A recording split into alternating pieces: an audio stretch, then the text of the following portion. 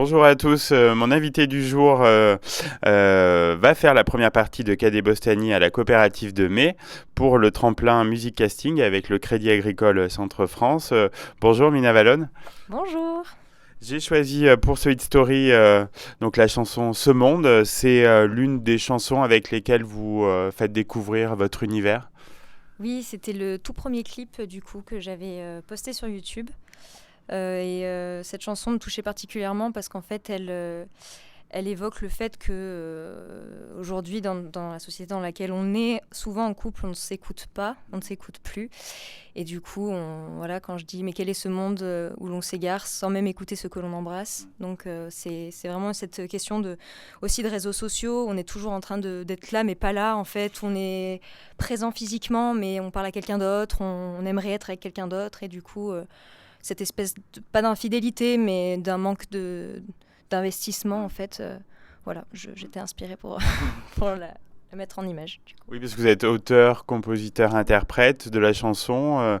Elle est née assez facilement ou est-ce que ça a mis du temps en fait le cheminement?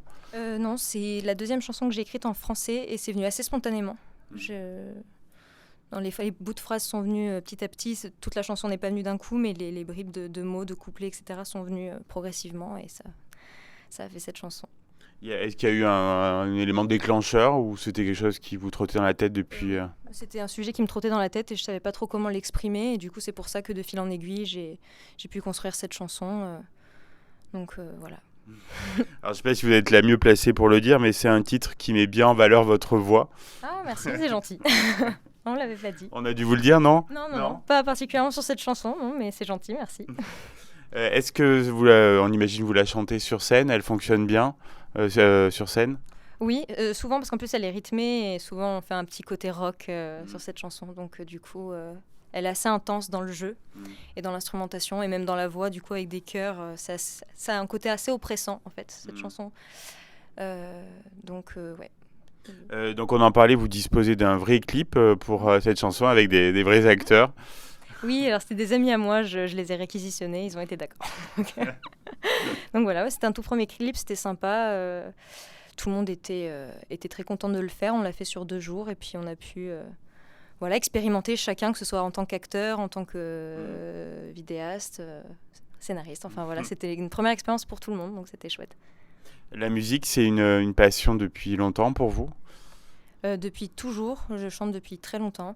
Et j'ai commencé à composer plus vers 2012-2013 quand j'étais au lycée.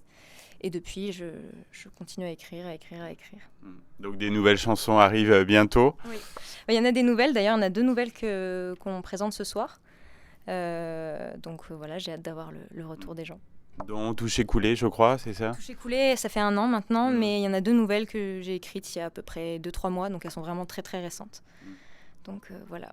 Est-ce que vous travaillez sur un EP ou un album? Est-ce que c'est un peu tôt pour en parler ou... Alors j'aimerais beaucoup, ça fait depuis plusieurs années maintenant qu'à chaque fois je me dis allez, je me mets une deadline, c'est bon maintenant je vais le sortir et puis en fait de fil en aiguille à chaque fois je me dis non mais il faudrait que je modifie ça, puis je vais changer ça et puis le fait de faire des lives de plus en plus on se rend compte de ce qui fonctionne, de ce qui fonctionne pas, de là où on se sent bien et des arrangements en fait tout simplement. Donc j'attendais de peaufiner un peu tout ça pour être prête pour l'EP. Que j'aimerais sortir vraiment prochainement parce que là pour le coup je pense avoir les 5 chansons pour une fois je suis déterminée.